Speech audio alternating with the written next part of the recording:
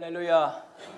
오늘 이 시간에 우리 함께 은혜 받을 말씀의 제목은 분열의 영을 조심하라입니다. 우리 같이 한번 크게 따라합시다. 분열의 영을 주의하라. 뭘 주의하라고요? 이 분열이라고 하는 단어의 의미는 쪼개는 것을 말하고 또 나누어지는 것, 또 깨지는 것, 이런 모든 것의 의미가 분열입니다. 이 분열의 영, 마귀의 역사는 오늘 우리 개인의 모든 삶 속에, 그리고 가정 안에도, 교회에도, 나라, 이 국가의 전체적인 움직임 안에도 이 분열의 영에 강력한 역사들이 있습니다. 이 분열의 영을 이겨내야 평안이 오고 행복을 누리게 됩니다. 사람들에게 이런 질문을 해봅니다. 당신의 삶이 왜 힘들게 되었습니까? 힘들지 않는 사람 별로 없잖아요. 그 질문에 대한 많은 사람들의 답이 거의 공통적으로 누구 때문에라고 하는 말로 그 모든 것이 결론을 맺게 됩니다. 누구 때문에, 누구 때문에.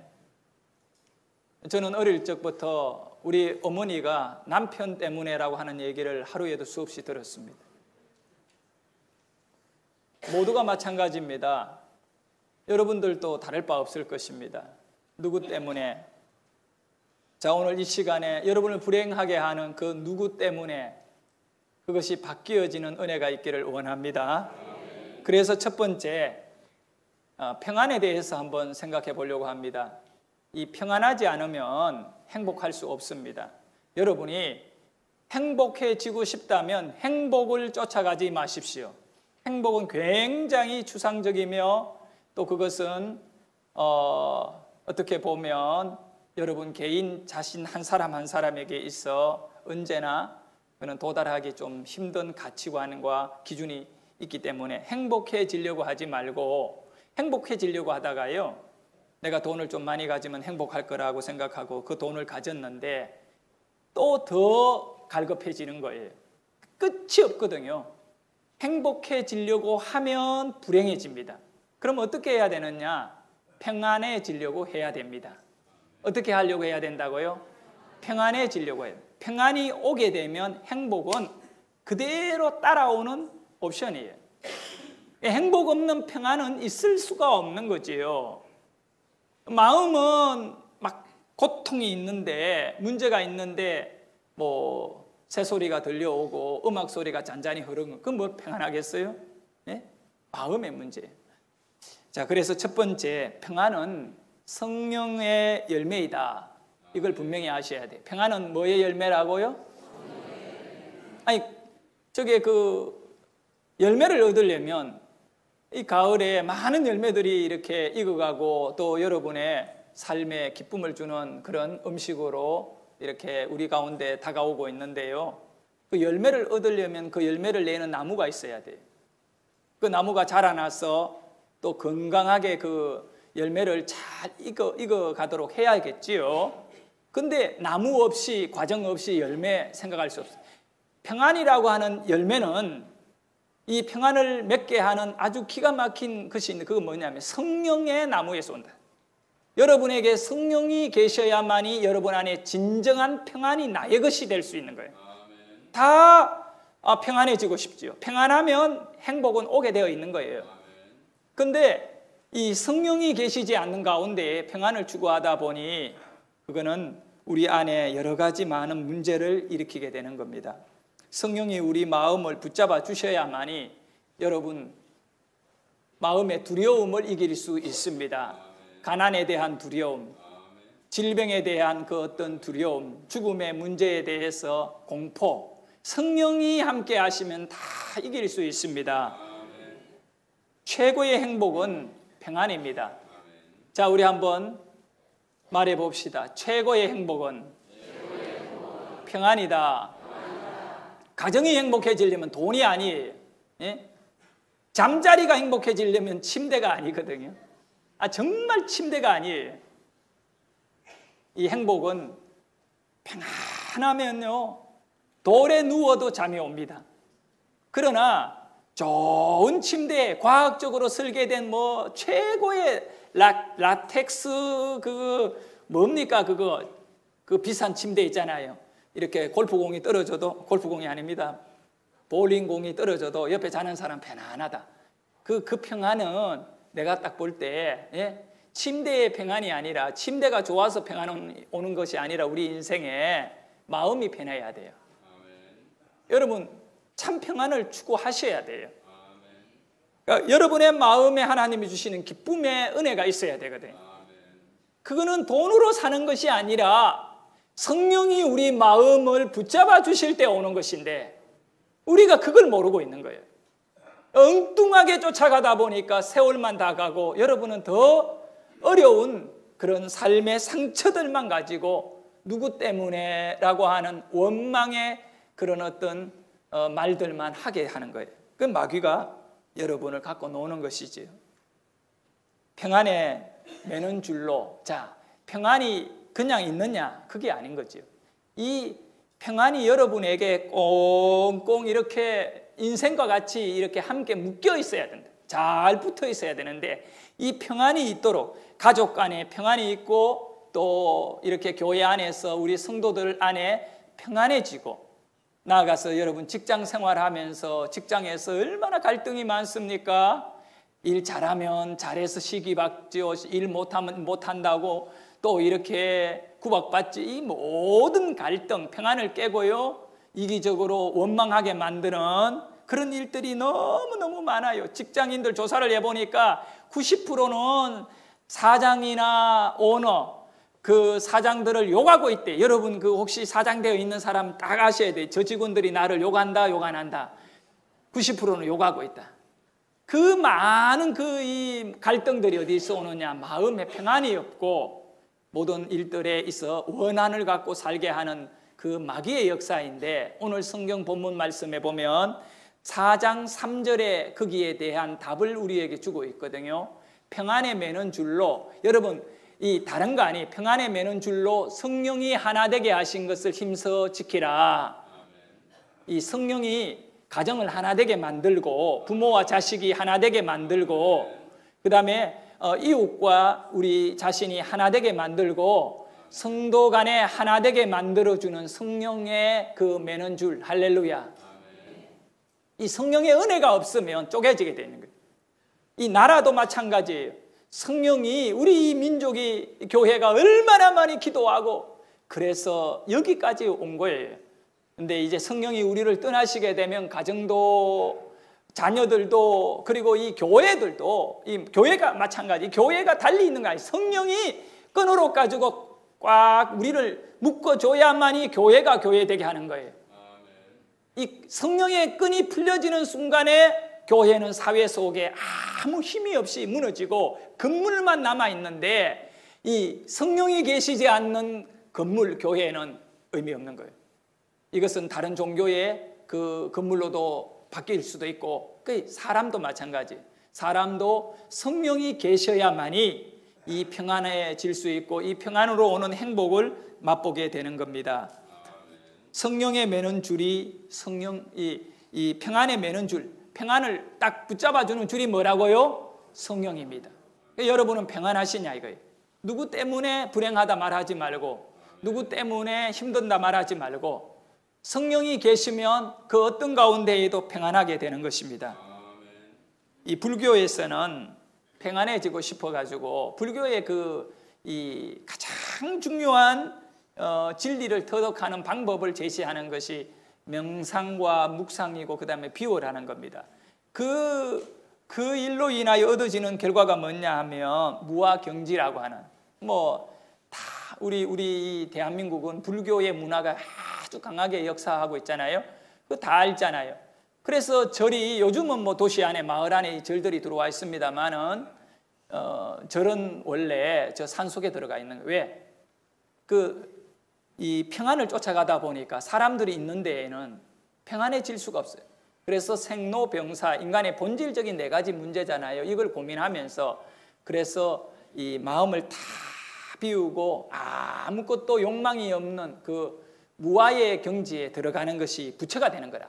그렇게 이제 가르치고 그렇게 또 그분들이 이렇게 하는데 너무 불쌍해요. 이 평안은요, 혼자의 평안이 있을 수가 없는 거예요. 요즘 우리 사회적으로 문제를 겪고 있는 나홀로 인생이 있어요. 집안에 딱 들어가서 문을 닫아놓고 외부 사람과 출입을 안 하는 그런 일들이 참 많이 있어요. 그들이 사회 속에서 상처를 받고 또 정신적인 어떤 그런 고통을 당하면서 아예 그 마음의 문을 닫는 순간에 결국은 모든 것을 다 걸어 잠궈 버리는 거죠. 또 무인도 같은 데에 가서 혼자서 사람을 떠나서 한번 살아보겠다고 간다고. 그런 곳에서 평안해지려고 하지만 혼자 문을 닫아놓고 평안해지려고 하지만 그 공간 안에는 참 평안이에요. 그건 오히려 더 두려움이에요. 더 두려움이다. 사람은 혼자서 누리는 평안은 인간이 행복해질 수 없는 평안이거든요. 그렇기 때문에 이 기독교가 말하고 있는 평안은 뭐냐? 우리 함께 하는 가운데 얻어지는 것인데 그것은 성령이 우리를 붙잡아 줄 때 평안할 수 있다라고 말씀하고 있습니다. 로마서 8장 35절에 보면 우리가 누가 우리를 그리스도의 사랑에서 끊으리요? 환난이나 공고나 핍박이나 기근이나 적신이나 위험이나 칼이랴. 우리 성도들의 그 이 평안, 또 여러분의 가정을 누가 이렇게 잘라낼 수 있겠느냐 말입니다. 안 된다는 거예요. 그리스도 안에 있는 여러분에게는, 왜냐하면 성령이 우리를 딱 묶어놓기 때문에 그렇게 그 어떤 악한 세력도 돈도 안 되고 박해도 안 되는 거예요. 그 어떤 비난도 안 되고 우리는 성령 안에 있으면 끄떡없이 든든하게 행복을 지킬 수가 있습니다. 이 평안의 복을 누리기 원한다면 먼저 여러분들 성령의 사람이 되셔야 합니다. 참 행복해지고 그렇게 살기를 원한다면, 여러분 행복을 쫓아간다면 성령의 사람이 되셔야 돼요. 미국 미주리주 이 퍼거슨 시에서 발생한 어떤 한 사건으로 인해 가지고 미국은 얼마 전에 아주 큰 고통을 치렀습니다. 이러다가 이 나라가 좀 더 많이 힘들어지는 거 아닌가 할 정도로 위기를 느끼게 되는 그런 사건이 있었는데, 그것은 바로 백인 경찰이 마이클 브라운이라고 하는 흑인 18살 먹은 이 아이를 이렇게 총으로 쏴서 죽이게 되는 겁니다. 보통 미국에서 이런 일들로 인해 폭동이 많이 일어나는데요, 이 특징이 딱 있어요. 이 흑인들은 피해의식이 강한 사람이에요. 수백 년간 이 노예 생활 속에서 당한 것이 많았기 때문에 지금 아무리 너희들과 평등하다라고 말하지만 그거는 통하지 않습니다. 작은 문제가 일어나도 인종차별이라고 하는 그 쓰라린 그런 어떤 고통들이 올라와서 사회 전체에 파도를 치게 만드는 거죠. 흑인이 백인을 쏴 죽이는 거는 아무 문제 안 돼요. 그런 거는 이제 폭동이 일어나지 않아요. 그리고 미국에 하루에도 총기 사고가 무수히 많이 일어나거든요. 뭐 특별한 사고들만 뉴스에 나오고요. 학교 같은 데 가서 막 이렇게 총을 쏜 거는 뉴스에 나오지만 그 개개인이 총을 갖고 있기 때문에 뭐 이렇게 술 먹고 마약하고 그냥 자기네들끼리 또 쏘고 죽고 이런 얘기들은 아예 뉴스에 나오지도 않아요. 근데 백인 경찰에 흑인이 맞아 죽었다, 그것도 18살 청년이 죽었다라고 했을 때 사람들은 또 막 붕괴하면서, 흑인들이 특히 이렇게 폭동이 일어나고 이렇게 문제가 되는 것입니다. 여기에서 결과적으로는 이 미국 이 퍼거슨 시만 아니라 여러 도시에서 이런 흑인들이 폭동이 일어나서 막 마켓 같은 거 다 강탈해 가고 자기의 억울함을 그런 데 막 푸는 거예요. 이 걷잡을 수 없을 정도로 확장되고 있었어요. 지난 주일이죠. 8월 24일 날 마이클 브라운의 장례식이 그 교회에서 드리게 되었어요. 이 브라운의 가족은 독실한 그리스도를 믿는 그런 기독교 가정입니다. 교회에서 예배를 드리는데 장례식이 이제 이렇게 주일날 진행을 했어요. 엄청 많은 사람들이 몰려들었습니다. 한번 해보자고 몰려드는 거죠. 장례식을 기점으로 해서 또다시 폭발하는 거예요. 도시 애들은 이런 폭동으로 인해 이 걷잡을 수 없이 치안이 불안해지고, 그래서 이번에 결국 방위군을 갖다가 투입할 정도로 어려워지게 된 그런 시점이에요. 어지간해서 방위군을 넣지 않는데 그런 방위군을 투입할 정도면 전쟁통이나 마찬가지였죠. 근데 그날 우리 대한민국을 한번 살펴봤으면 좋겠어요. 이런 일이 일어나면 거의 부모들은 아주 혁명가가 되고 맙니다. 내가 어떻게 키운 자식인데요, 이 자식을 그렇게 비참하게 총을 쏴서 죽이느냐 이거예요, 경찰이. 그러면 그 부모들은 뭐 폭동의 뭐라 합니까, 이 앞에 서는 그런 어떤 선도자가 되는 거죠. 아주 그런 가운데에 예배를 드리고 장례식을 치르는데, 그의 아버지가, 마이클의 아버지가 그 장례식에서 지난 주일날 딱 한마디를 했어요. 이 한마디로 인해 가지고 모든 폭동이 미국 전역에서 싹 사그라졌어요. 수천 명이 장례식에 나와가지고 한번 해보자고 달려들려고 준비 딱 하고 있다가 이분의 말 한마디에 다 마음들이, 그 올라오던 이 분노들이 싹 사그려졌어요. 나는 이것이 바로 성령의 놀라운 은혜라고 생각하는데, 그 수만 명의 방위군들이 달라붙어도 안 될 이 내적인 문제가 이 아버지의 말 한마디, 내가 원하는 것은 오직 평화뿐입니다, 눈물을 흘리며 사람들에게 호소한 거예요. 18살 아들을 경찰에 의해 잃어버린 이 부모의 마음속에 사회를 향해 얼마나 정오심이 올라오며, 이렇게 만들어버린 오늘 이 국가 제도에 대해서 얼마나 분노할 수 있겠습니까마는, 그러나 마이클 아버지와 어머니는 개인의 그 모든 감정이 있지만 그 감정보다 더 귀한 것을 선택했는데, 그것은 바로 예수님의 가르침이었다는 거예요. 예수님의 이 가르침을 가슴에 받아들이고 이겨낸 거예요. 용서라고 하는 말은 누구나 쉽게 말할 수 있지 않습니까? 우리 주님이 원수를 사랑하고 또 어떤 문제이든 간에 네가 그들을 용서해 주라라고 하는 말씀에 대하여, 용서라는 것은 우리가 쉽게 말할 수 있습니다. 이것이 언제요? 나와 상관이 없을 때에는 쉽게 말할 수 있어요.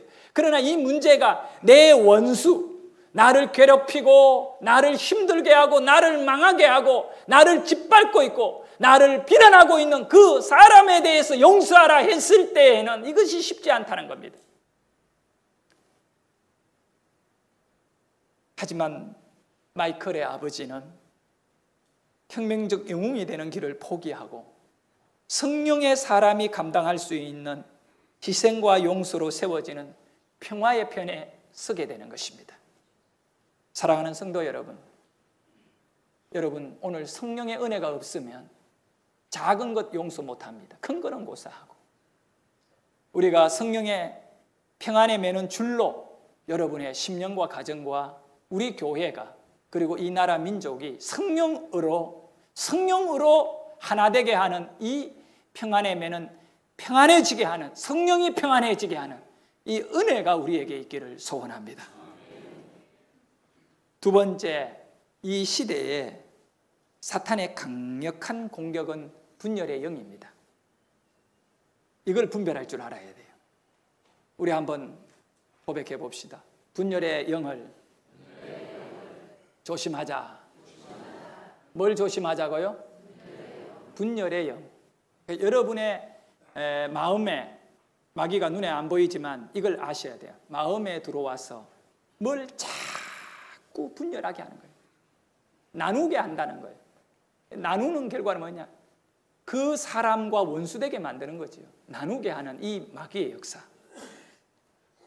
사탄은 분열의 영으로 당신의 가족, 친구, 이웃을 공격해서 나누는 겁니다. 이 사도 바울은 다른 사람들과 분열하는 것이 사탄의 공격이라는 것을 분명히 우리에게 알려주고 있거든요. 자, 성경을 통하여 한번 볼까요?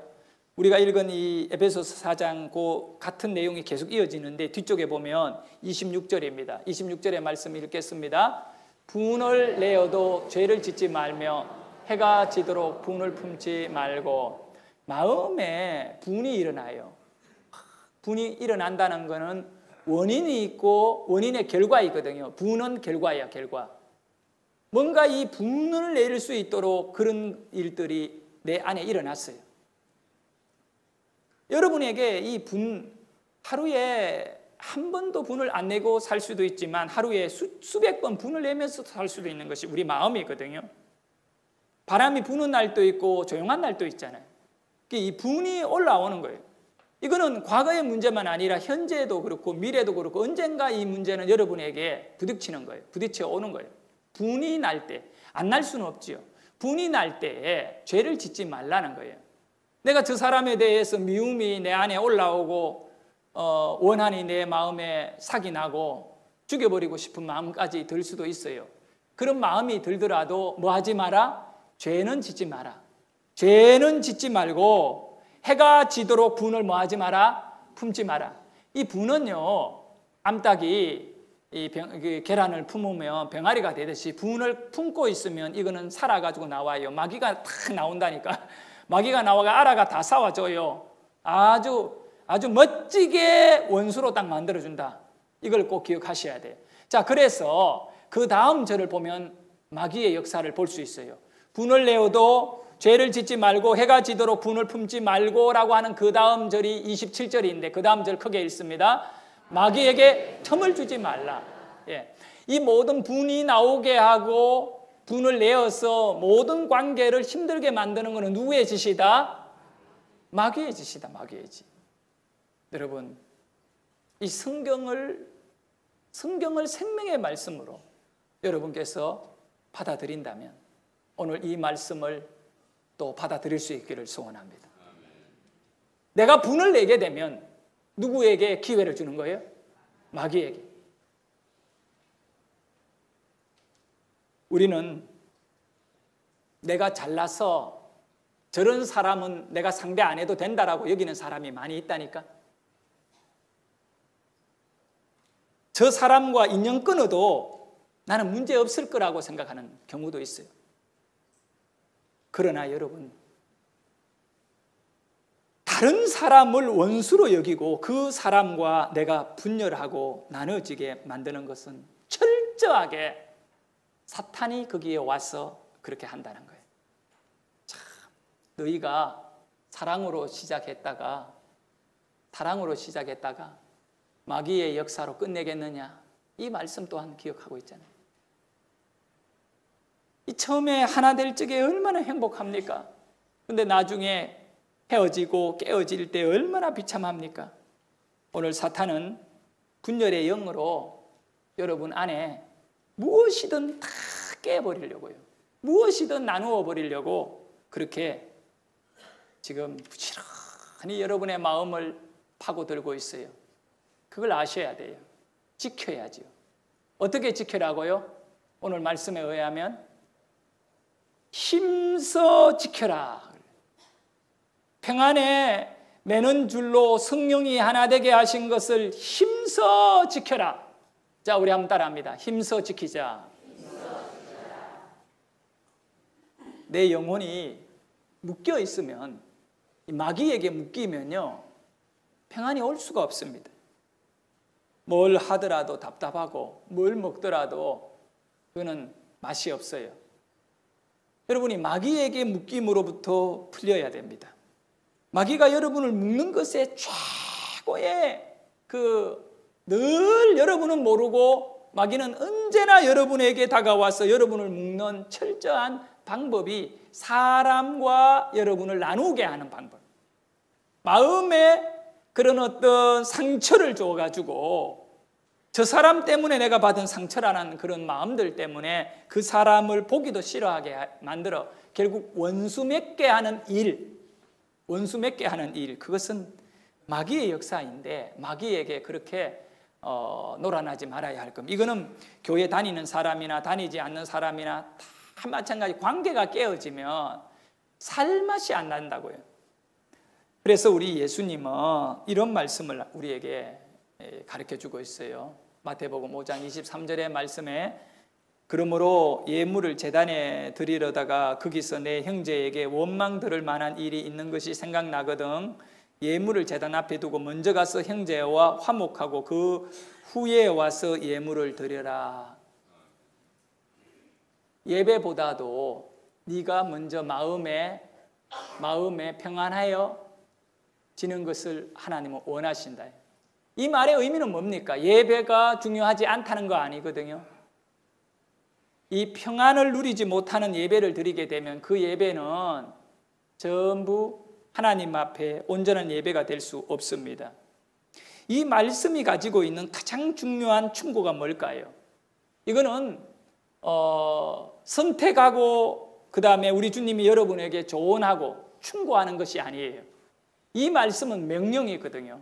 오늘 예배자로 온 여러분들에게 하나님의 명령입니다. 왜 이렇게 해야 하는가? 예배를 드림에 있어서 여러분이 예배 자체를 잘못된 예배를 드리지 않기를 우리 하나님은 분명히 원하시고 계십니다. 잘못된 예배라면 다른 거 아닙니다. 여러분의 마음에는 마귀 사탄이 아주 가득 차 있는데 그 모습은 어쩔 수 없이 주일이니까 교회에 와서 앉아 있는 거예요. 그런 자의 예배는 은혜가 될 수가 없는 거예요. 그래서 하나님은 너가 예배를 드리기 전에 그 사람을 용서해 주라는 거예요. 용서하고 내게 예배를 드리면 내가 너를 기쁘게 받을 것이다. 이 예배 의식보다 기도 내용, 설교 내용보다 더 중요한 것이 뭐냐 하면 여러분 예배자 자신이에요. 하나님은 지금 그 얘기를 하는 거예요. 예배자 자신이 망가져 있다면 그 어떤 예배도 온전한 예배가 될 수 없습니다. 여러분 안에 마귀가 틈을 갖고 들어와서 여러분을 망하게 만들어 두었는데 그 망해져 있는 자가 하나님을 찾고 하나님 한들 그들에게 무슨 의미가 있겠느냐 이 얘기입니다. 신약의 예배의 특징은 이미 우리 예수님이 모든 제물이 되셨거든요. 이제 남아있는 거는 여러분 자신들이 예배자로 하나님께 드려지는 것인데 누가복음 10장 27절에 보면 내 마음을 다하여 목숨을 다하며 뜻을 다하며 힘을 다하며 뜻을 다하여 주 너의 하나님을 사랑하고 또 한 내 이웃을 내 자신같이 사랑하라. 이 신약 성경의 가장 중요한 핵심은 오늘 이 누가복음 10장 27절 말씀이거든요. 하나님을 사랑하는 겁니다. 마음과 목숨과 모든 힘을 다해 하나님을 사랑하고 이웃을 내 몸같이 사랑하는 것입니다. 근데 이런 말씀을 뒤로 하고 우리는 계속 다른 사람과 다투고 또 분열하고 이렇게 살아가고 있거든요. 그러면 하나님이 가장 원하는 본질을 뒤로 하고 우리가 이 예배에 나오지만 이 예배가 온전한 예배가 될 수 없고 치료가 될 수 없습니다. 여러분은 예배를 통하여 치료를 받으셔야 되거든요. 하나님의 말씀이 여러분 안에 치료가 되어지면 어떤 결과가 올까요? 예배에서 은혜를 경험하면 가장 첫 번째 나오는 결과가 평안입니다. 하나님이 책임져 주심을 느끼게 되는 거예요. 그래서 여러분에게 평안이 임해야 되는데 온전한 예배가 아닌 아주 전투적 삶의 모든 사람과 관계가 엉망으로 얽혀 있는 가운데 하나님께 나올 때 여러분 하나님과도 여러분이 얽혀질 수밖에 없는 거예요. 잘못되게 그게 풀어야 됩니다. 그 푸는 것이 우리 성경에서 준 대로 용서입니다. 자, 우리 한번 따라합니다. 용서함으로 풀자. 하나님도 여러분을 만나면서 오늘 용서해 주시거든요. 하나님이 너희를 용서한 것 같이 이건 매우 중요합니다. 하나님이 여러분을 용서해 주시고 안아주시잖아요. 뜻이 여러분이 여러분과 이 묶여있는 사람들 저 사람 때문에 내가 불행했다 이런 것을 푸시는 은혜가 있기를 주의 이름으로 축원합니다. 참 예배자가 되셔야지. 마지막 세 번째는 오늘 우리가 이제 본질적으로 이 사회를 한번 돌아보는 그런 것으로 살펴보겠습니다. 이웃과 화평을 힘써 지키라. 자, 우리 크게 한번 따라합시다. 이웃과 화평을 힘써 지키라.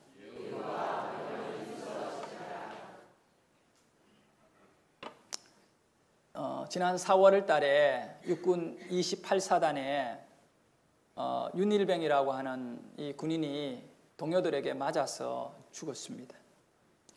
이 국방부에서는 이 심각한 문제를 가능하면 외부에 알리지 않고 조용히 자기네들이 해결하려고 그렇게 끝냈지만 이 윤일병의 유가족들이 이 문제를 파헤치기 시작했고 결국 3개월이 지나 3, 4개월이 지나서 지난 이 7월 초에 이 문제가 이제 8월 초에 이 문제가 본격적으로 드러나기 시작했어요. 윤일병 그가 죽던 날은 그 부대에서 회식이 있던 날이었대요. 회식이라는 건 뭡니까? 서로 쌓인 것 푸는 거 아니겠어요? 같이 이렇게 마음을 좀 이렇게 나누는 장소다고요. 수고했다고 서로. 그런 회식의 장소가 한 사람을 공격하고 짓밟는 장소였던 겁니다. 회식이 시작되자 집단적으로 윤일병을 괴롭히기 시작했다고 합니다. 음식을 바닥에 내던져 놓고 기어가서 그걸 먹으라고 시키고요. 심지어 이전에는 이런 일도 있었대요. 윤일병에게 치약 한 통을 다 그냥 먹였대. 나는 작은 양의 그 치약도 이를 닦기 위해가 쓰는데도 조금 거품이 들어가면 역겨워지는데 그걸 다 먹이는데 속이 어떻게 되겠어요, 여러분?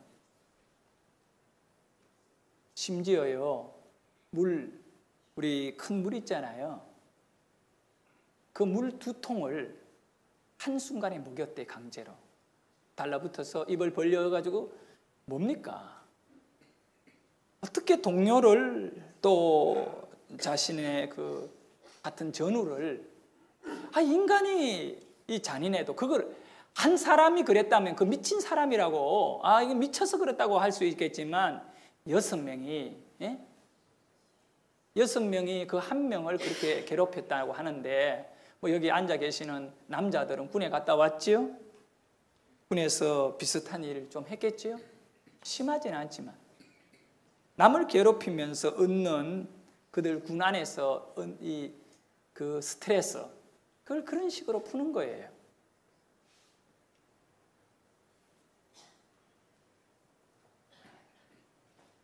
참 말로 표현하기도 힘든데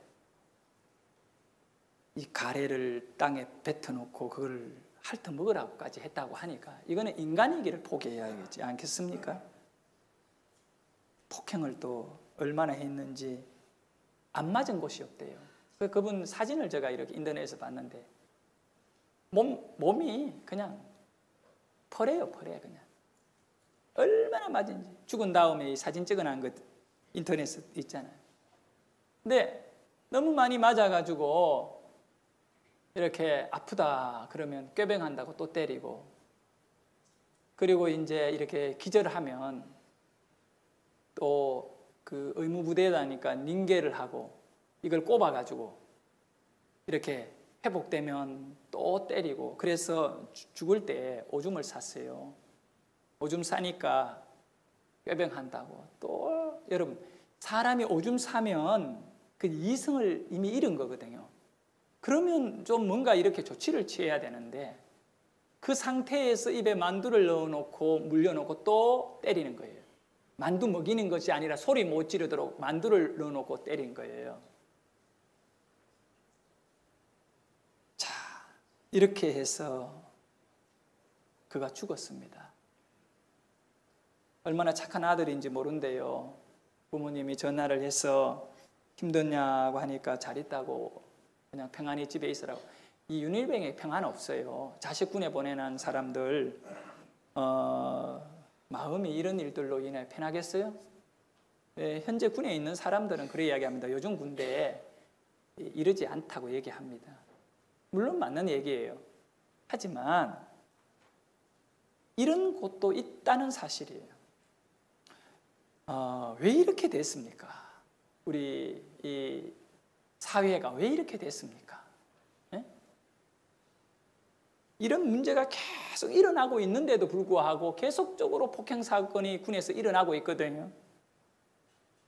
가만히 보면서 우리나라에 누가 그렇게 이야기했어요. 중국이 망한다면 도박 때문에 망할 거라 그랬습니다.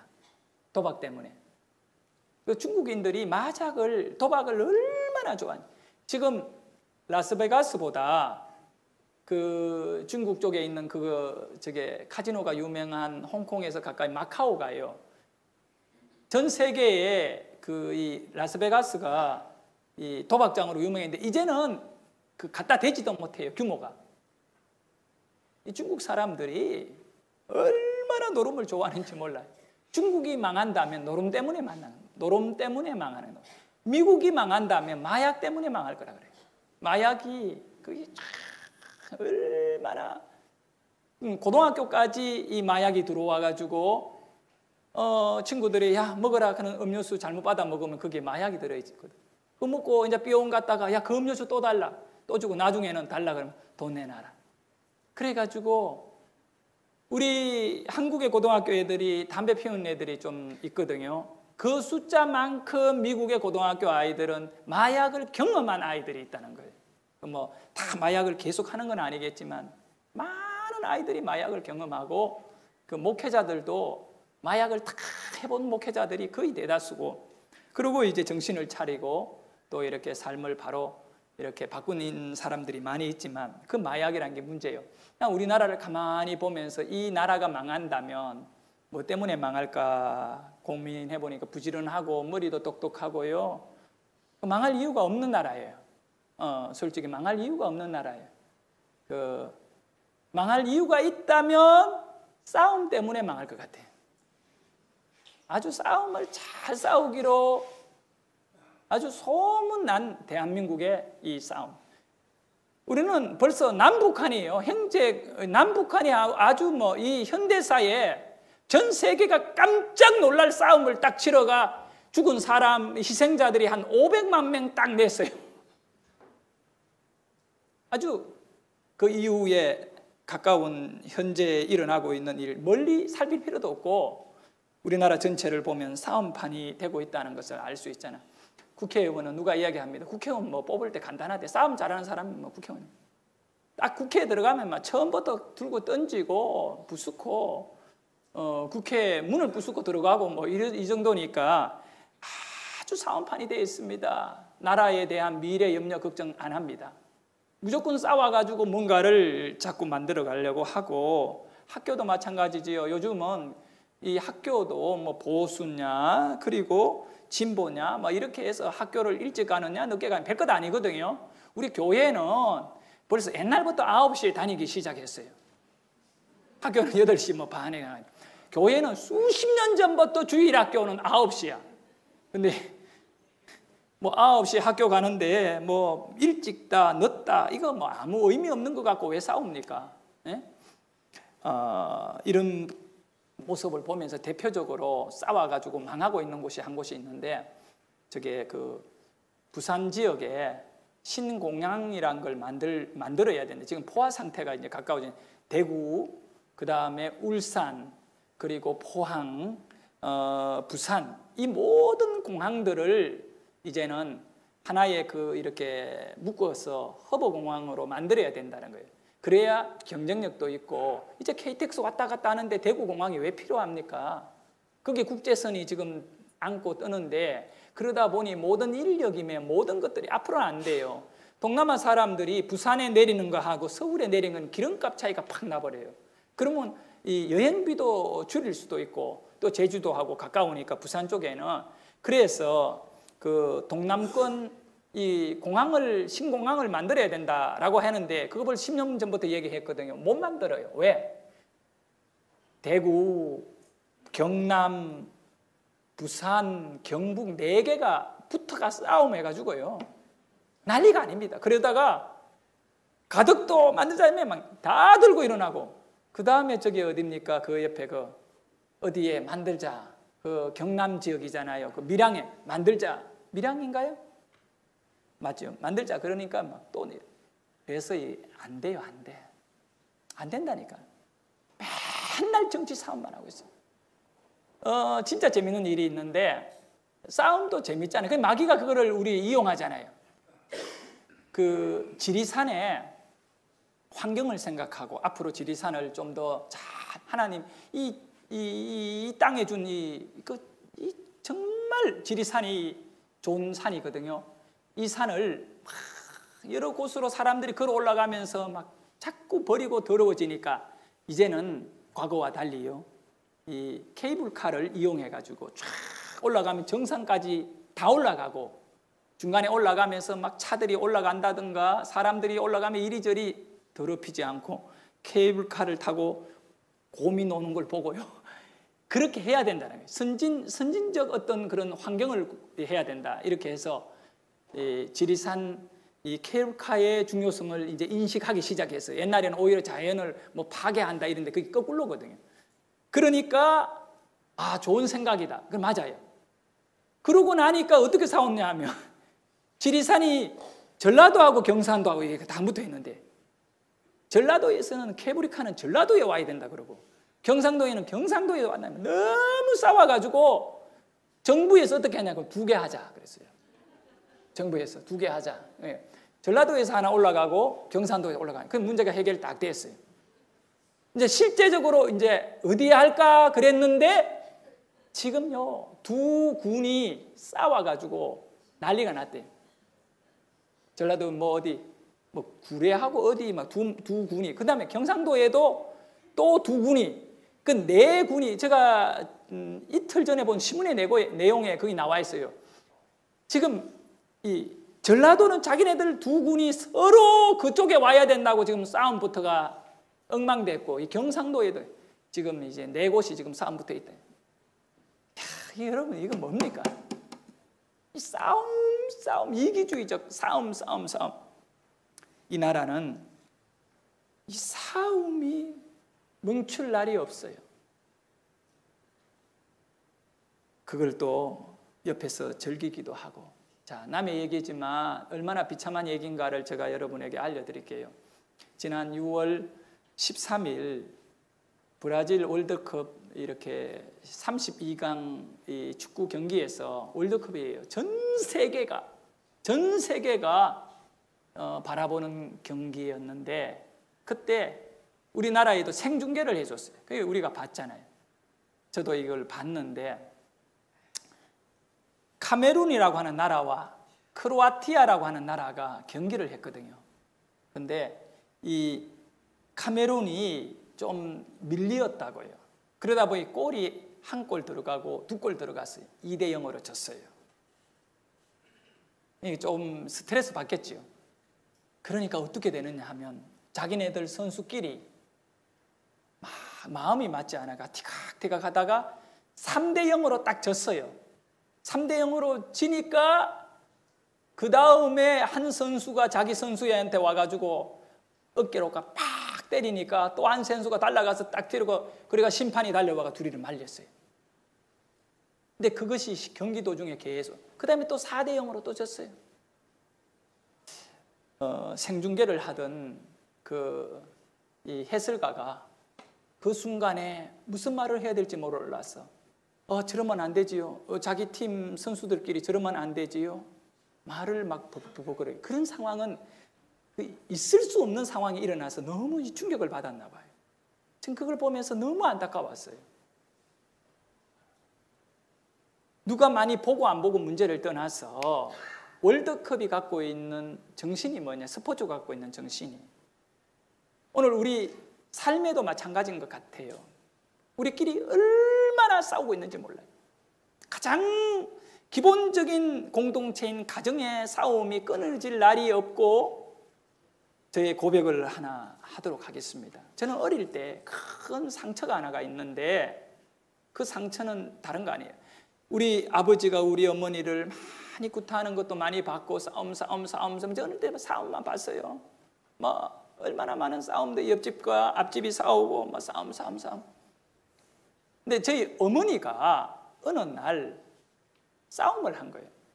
내가 전에도 한번 지나가는 말로 이 비슷한 얘기인데, 저희 어머니가 같이 이 버스 정류소에서, 시골 정류소에서 사과를 팔고 또 뭐 계란을 팔고 떡을 팔고 이런 분들이 그때 한 10명 가까이 된 것 같아요. 그 조그마한 시골 먹고 살 것이 없으니까 그때는 뭐 그 하루 벌어가 하루 먹기 힘든 그런 상황에 여러 명이 쫙 앉아가지고 길가에서 그 장사를 했어요. 근데 저희 어머니하고 같이 옆에 있던 한 분하고 싸움의 발단이 소풍이에요, 소풍. 자식들이 소풍을 갔는데 우리 어머니가 사준 김밥이 못생겼다는 거예요. 그 못생긴 것을 우리 어머니는 그 뭐 이렇게 애들 자식이 5명이나 되고 또 뭐 어릴 때, 저 어릴 때나 뭐 이럴 때 뭐 제대로 챙길 수 없었어요. 그러니까 시골에 뭐 가진 게 없으니까 어떻게 했냐면 밥을 펴고 김밥을 두고 밥을 펴고 거기다가 뭐 넣든 말든 뭐 알아서 하고 소금 뿌려가 뚜루루루 말라가지고 요렇게 썰어줘야 하잖아요. 근데 안에 뭐 든 것도 없고 이러니까 남들 보기도 뭐 이렇게 멍한 거 이렇게 썰어놓으면 그러죠. 소금밥을 김밥에 말았으니까. 그래서 그거를 뚜루루루 말아서 도시락에다가 한 몇 개를 넣어준 거예요. 옆으로 잘라가. 그거 얼마나 먹기 좋아요. 딱 쥐고 이렇게 뜯어 먹으면 되잖아. 자식인 나는 아무 문제 없고 내 동생도 아무 문제 없고 우리들은 그거를 문제 없었는데 그거를 우리 어머니 바로 옆에서 같이 팔고 자기 자리가 있어요. 그 옆에 바로 이렇게 앉아 계시는 그 아주머니가 자기 자식이 소풍 갔을 때 따라와서 그걸 보고 이제 우리 어머니를 다른 사람한테 욕한 거야. 우리 어머니 없을 때 욕했겠지, 그지? 욕을 했는데 김밥을 그렇게 무식하게 사서 이렇게 애들한테 야, 그건 뭐 그냥 얘기하잖아요. 그걸 또 누군가가 듣고 또 일러준 거예요. 우리 어머니가 이제 큰형님 이름을 따라 정식인데 정식아, 그게 누가 니를 그래 김밥 샀다고 욕했다. 근데 이제 같은 장사 이렇게 하다 보니 늘 경쟁 상대잖아요. 뭐 비슷한 거 팔고 그런 데다가 또 그런 욕을 했다 이러니까 단순히 얘기가 아니라 경쟁 상대를 짓밟으려고 한 욕을 하고 이해하고 둘이 되고 싸워가지고 머리 깔짓 없고 그렇게 싸워가지고 그 우리 엄마 옆에 사람은 머리가 없어요. 다 뽑혀가 우리 엄마한테. 그리고 제가 어릴 때 철이 없다 보니 어머니가 이렇게 하는 장사 그것을 부끄러운 줄 모르고 늘 그 쫓아가서 엄마 옆에 그 뒤에 앉아 있거든. 뭐 어릴 때 1학년, 2학년 뭐 철이 있습니까? 어느 날부터 둘이 등을 돌리고 있는 거예요. 옆에 전에는 아줌마한테 얘기도 한데 나보고 말도 못하게 하고. 근데 그게 몇 년간 그래야 했냐? 곧 바로 20cm를 옆에 두고 10년 넘게 서로 둘이 말을 안 하는데 어린 내 가슴에요. 처음에는 못 느꼈는데 내가 철이 들면서 그걸 보면서 이 우리 어머니의 문제를 심각하게 깨달아. 그 옆에 있는 아줌마도 심각한 걸 내가 느꼈어요. 그 나의 눈물이에요. 왜 평화를 누리지 못할까?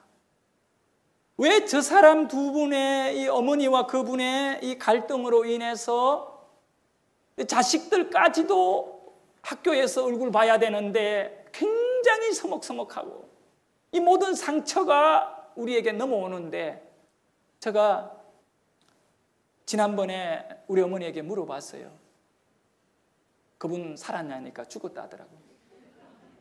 내가 엄마한테 이야기해. 엄마 그분하고 싸워가 10년이 넘도록 얘기도 안 했죠. 나중에 안 풀었나? 나중에 또요 그 장사를 그만두고 이렇게 하다가 우리 다시 풀었어요. 그래서 그냥 사이를 좋게 지냈지만 그렇게 푼다고 10년간의 그 아픈 상처가 어디 가겠어요? 여러분은 어떻습니까? 지금 누구와 나누어져 있습니까? 이 마음이 나누어지는 이유들, 특별히 교회에 마찬가지예요. 이 성도, 오늘 말씀을 마지막으로 한번 읽을까요? 18장 35절 우리 같이 읽습니다. 마태복음입니다. 18장 35절 아주 중요한 말씀인데 우리 같이 크게 읽겠습니다. 시작.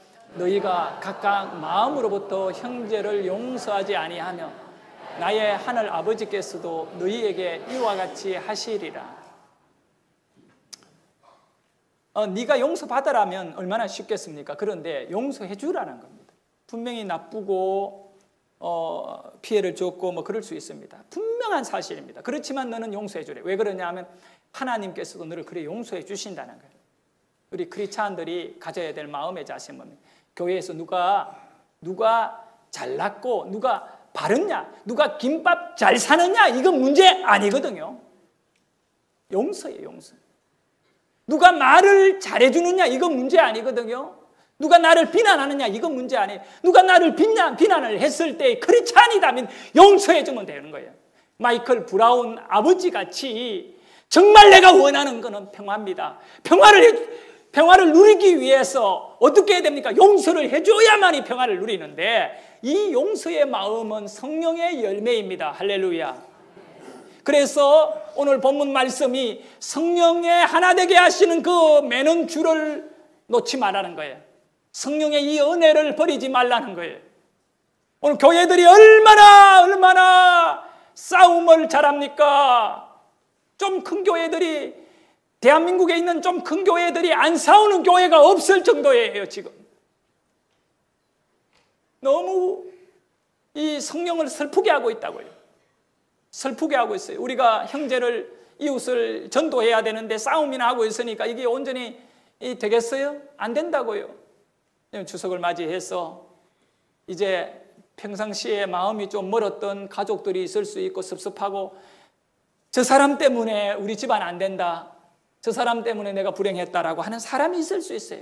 그러더라도 이 기회에 여러분께서 오늘 말씀대로 좀 뭔가 이 기독교인답게 용서해 줄 수 있고 또 이렇게 품어줄 수 있기를 주의 이름으로 축원합니다. 자, 우리 같이 기도드리겠습니다.